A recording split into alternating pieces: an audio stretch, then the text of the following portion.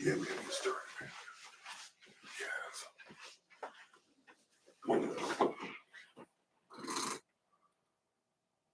It's T Crow's 5 Dives as the crow flies. Hey, no lies are told, just game is sold, but it's all free. All you got to do is listen to me, Big T, and we gon' fly high in the sky on another level.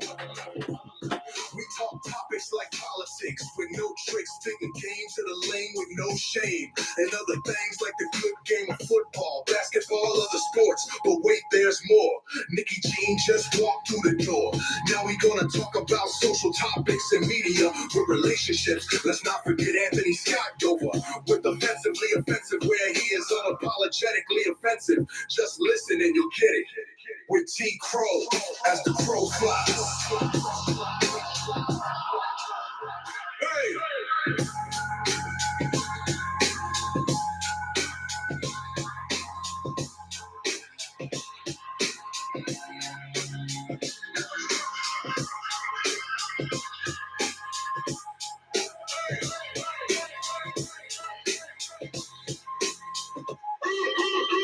Yeah, no lies are told, just game is sold, but it's all free. All you got to do is listen to me, Big T, and we gon' fly high in the sky on another level.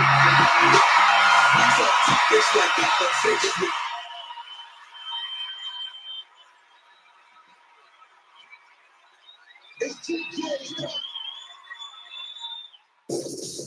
Ladies and gentlemen, please give it up for the most incredible podcaster of them all, Mr. T. Crow. Oh yeah, I forgot to mention he's very, very handsome. Yeah, people, greetings, salutations, and all the above. And welcome to a show that's known as the Crow Flies Podcast. It's probably offensive. I'm your host, Mr. T. Crow, Jay Vader, to those who know me. My partner isn't here. He's running late, but I had to start because we're running a tight schedule. So he will be joining in. That's why the door is left open. He will be joining in, whenever he gets here. First things first, how's everybody going this summer? Yeah, it's been crazy out here in the world. A lot of things going on. We might be going to war. Trump's cutting up as usual.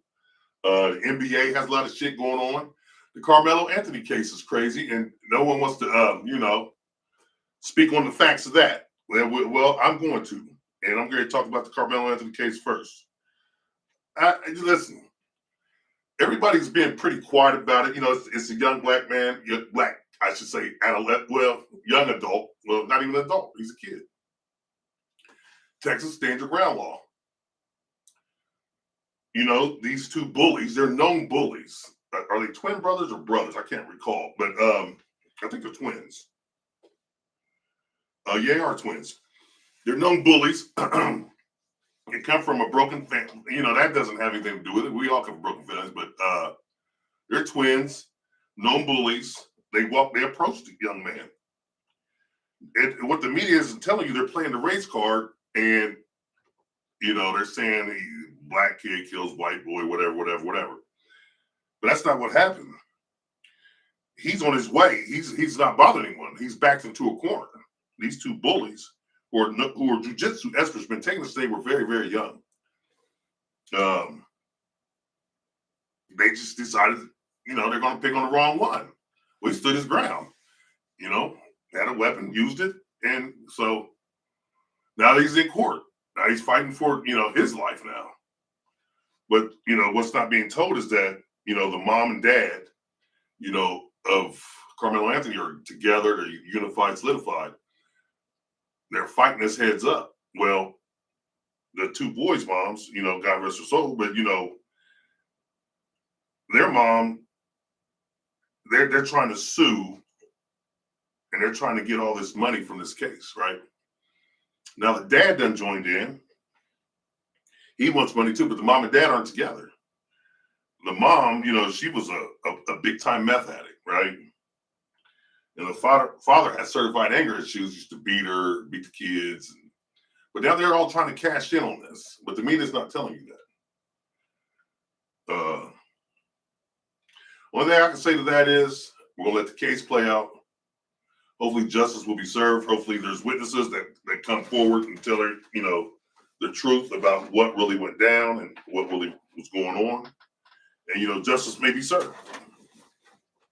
And, I just hope people in bullying, you can't bully people. You can't just go around just beating people up, bullying people because of their color or their religion or whatever the case may be. And like I told my partner here, he's not here right now, but I told him racism is never going to end.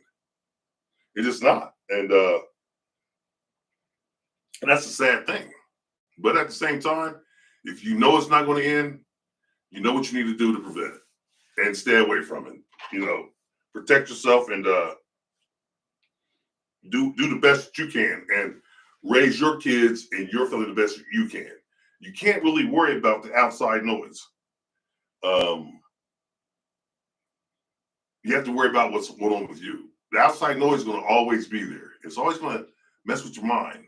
And if you allow it to get to you in that way, it may affect you in the wrong way. And you have to be here for your legacy, for your children, for this, that, and the third. And God forbid something like that happens to one of your child or children, because then you're going to have to react in a certain way. But, that's the way life is, and that's the way life goes. So moving right along. So in the world, I'm waiting on my, we're going to talk about Trump, but I'm waiting on Dover to get here because he has some exciting news about Donald J. Trump that we're going to talk about. But right now, I want to ask you people a question who are very religious and go to their church every Wednesday, Thursday, Friday, Saturday, Sunday, whatever days mass may meet up. Now, I'm not saying this to be blasphemous or derogatory in any kind of way. I just want to know, are pastors like pimps or something? Or are they the new age pimp? Pastors, they come at you, they want their money, right? Instead of pimping women at you, they pimp the cloth. They come at you with God. So you mean to tell me that if you don't go to your church, that specific church, God can't be with you?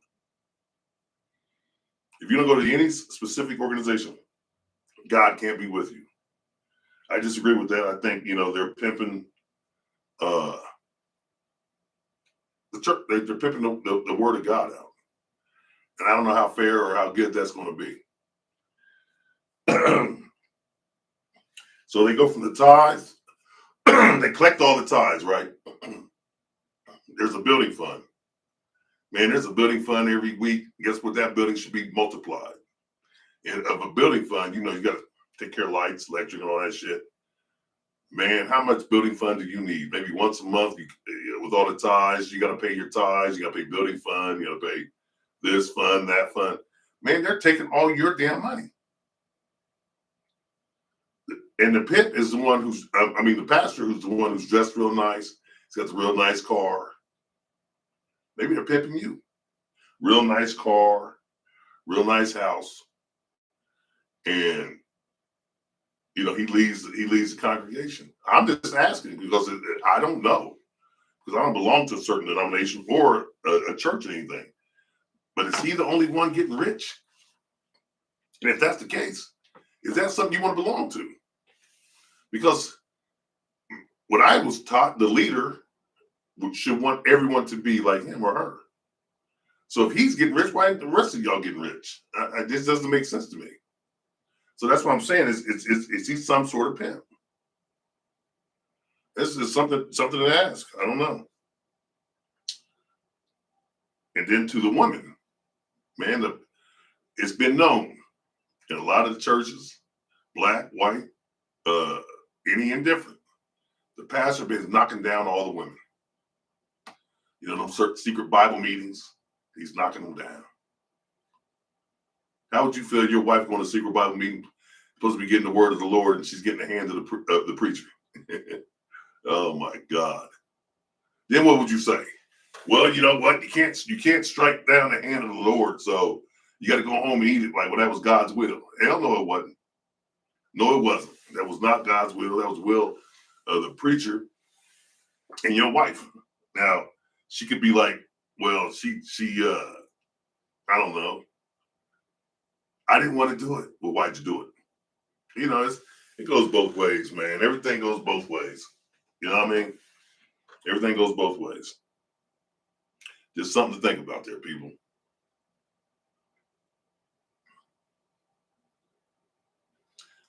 Oh my, let's talk about this generation of kids. This generation of kids are like vampires. Yeah, that's right, vampires. Do you know that they suck the life out of everything around them because they're not used to being told no? I ran into a buddy I used to work with, and she was all tired and this, that, and the third, looking like she just been in a war. I was like, what's going on? Oh, my kids, right? I'm like, what's wrong with your kids? They should be grown by now. Well, they're on their verge of being grown. 18, 19, 16, stuff like that. They're making her do all the work. You know, father, the dad's not, their mom and dad separated, whatever. So she's got to work. She got to support their extracurricular activities. She's got to support everything that they're doing because they don't work. House is falling apart. But you know what? She won't make them get a job. She won't make them carry their weight. And I told her, I said, well, you know what? You might not want to hear this. That's kind of your fault because you're the one who's raising them to be like this. You're allowing them to be this way. And allowing them to be this way, I said, what happens if you work yourself to the dirt and then, something happens and you die? Then what? And she was like, I said, you're not doing your job to get them prepared to fly in this world. You know what I mean? So it's just it's a catch-22. You know how that goes. What's that stuff, man? Man, I'm so damn crazy right here, man. I'm losing my mind. Here it is over there. Yeah, I didn't even look it up. My bad. But yeah, I'm just losing my mind here, folks. Summertime. Change jobs, changed hours. Shit happens. But it's called life. And that's what, we're all here to do. So these kids, and I'm sure it's not the only one. This happened it happened with me and my kids. They didn't do it to me, but it happens. And then I had to put a foot down and stop it. And there's different methods of how you stop it, whatever. But you got to find your own method. You got to find your way to figure out what you can do to stop that shit. Because listen, if you give them everything that they want and everything that they think they deserve, man, you're going to end up out of touch and broke. And that's what these kids want. Everything that you could possibly give them. Like I said before, Warren Buffett, he's one of the world's richest people, especially in America. He's getting up there in age. So he donated his money to charity. And they're like, the kids ain't getting nothing. He goes, I gave them everything that they need. I put them on the right path. I gave them everything that they could possibly need to be successful. And if I leave them all this money, you know what they're going to be? Monsters. They're going to be complete monsters. So he knew what the deal was. And he's 100% right. They're going to be monsters. Yeah. So just keep that in mind. And shit. Well, we're gonna talk about some sports. This here is the part that wakes a lot of people up. A lot of people get mad at your boy when we talk sports. The reason being is because of LeBron James. And well, he's in the news a lot. So we're gonna take this last little bit of segment here that I have that I'm doing by myself. I wait on Dover. We'll do another podcast, I guess, at another time. But LeBron James, he has, lost control of the Lakers, which is a good thing because I think he ran the Lakers into the toilet. That's my personal opinion. I think he ran the Lakers into the toilet. They're moving on with Luka Doncic. He's, younger player, similar similar attributes. He's not as athletic, but puts up the same numbers. They're moving on with him, and you know, they included him in a lot of business decisions about the team that, you know, LeBron's not too pleased about. Well, so now he's got his podcast again. Well, you got to remember, they hired the coach he wanted, fired all the other coaches, got the players he wanted, acquiesced to him for everything he wanted. Even got his son on the team, who most people say didn't deserve it. That's neither here nor there with me. So now LeBron, he's 41, something like that. So you can't plan a future around a 40-some-year-old player.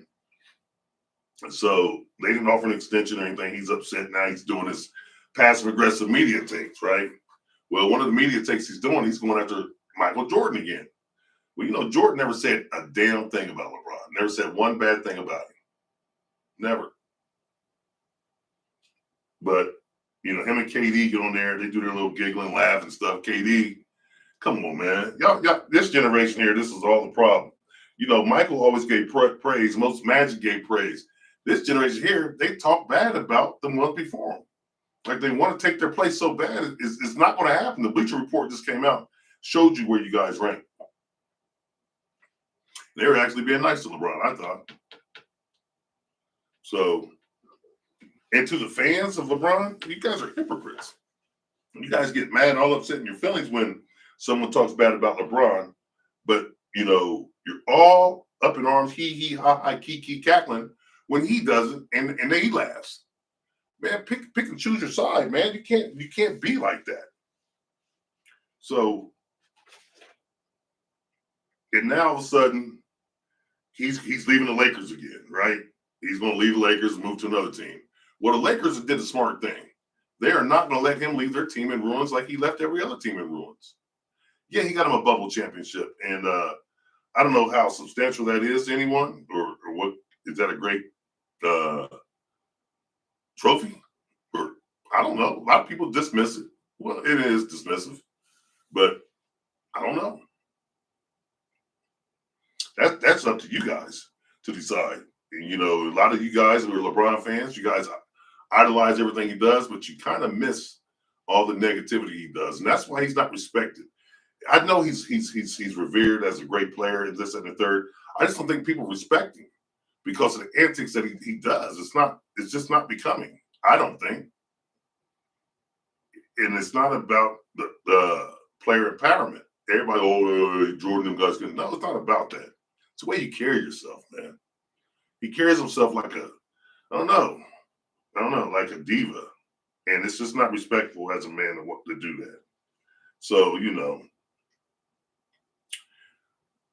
I don't know what to say about that. It's just perplexing to me. But I tell you what, Jamsky and I are probably back tomorrow. I'm about to sign off. I just did a quick little preview of what's to come. Oh shit, Nikki Jeans right there. Yeah, she's I don't even know what to call her. Oh man. And they got the Love Doctor segment. Special Love Doctor segment. I forgot to write that down on here, but we got a special Love Doctor segment for y'all tomorrow or whenever we get together. Special. So tune in and stay highly motivated and blessed. And Jay Vader will get back with you whenever you're ready. Nikki G popped up, huh? That motherfucker. You guys are hilarious. She's a co-host of the show. I guess. I don't know. Ask her. Send the chat to that way. But hey, thanks for tuning in and tuning out. I will be back with you sooner than later. And we're out of here like last year. And I got to go to the plantation. I'm going to holler back at you. Peace. Yeah. We're tuning out, but not for long. Catch the vibe and sing along. Stay with us through thick and thin.